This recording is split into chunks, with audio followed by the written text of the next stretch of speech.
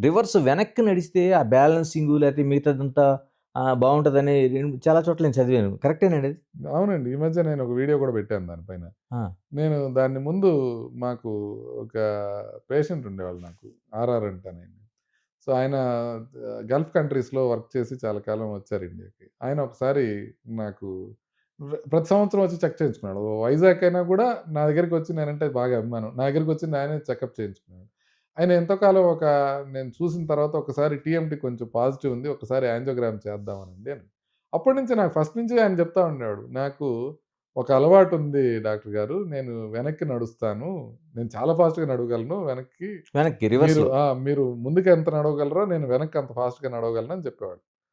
So, ఆయనకి TMT positive ఉందని ఒక్కసారి యాంజియోగ్రామ్ చేసి చూద్దాం. ఏదో కొంచెం పెయిన్ అంటున్నారు గదా! అని చెప్పి ఒకసారి యాంజియోగ్రామ్ చేస్తే, నార్మల్‌గా ఉండాల్సిన వాళ్ళ రక్తనాళాల కన్నా కూడా బాగున్నాయి ఆయన రక్తనాళాలు, గుండె రక్తనాళాలు. ఓహ్! కాకపోతే అప్పుడు నాకు ఒక అనుమానం వచ్చింది. ఏంటి వెనక్కి నడిస్తే నిజంగా మంచిదేనా? ఇదేమన్నా ఈ రకంగా ఎవరైనా పరిశోధనలు చేసున్నారా అని. సో, అది మొత్తం లిటరేచర్ తిరగేస్తే హ్మ్. ఖచ్చితంగా వెనక్కి తిరిగి నడవటం వలన లాభాలున్నాయి. కార్డియో హ్మ్. రెస్పిరేటరీ లాభాలున్నాయి. అదేవిధంగా మన బ్యాలెన్స్ పెరుగుతుంది. మన మైండ్ కాన్సంట్రేషన్ గూడా పెరుగుతుంది అని అనేక మంచి విషయాలు తెలిసినాయి. ఓకే. థాంక్ యూ ఆర్ఆర్ గారు అని చెప్పి ఆ తర్వాత నేను కాకపోతే ఒక్క మేజర్ ప్రాబ్లమ్ ఏంటంటే వెనక్కి నడిచేటప్పుడు పడిపోతే మాత్రం ప్రమాదం. అవును. సో, అది జాగ్రత్తగా ఉండాలి. ఆ జాగ్రత్తలు తీసుకొని వెనక్కి నడవగలిగితే మాత్రం నిజంగా జెన్యూన్‌గా వాళ్ళ బ్యాలెన్స్ ఇంప్రూవ్ అవుతుంది. ప్లస్ గుండెకి కూడా మంచిదే.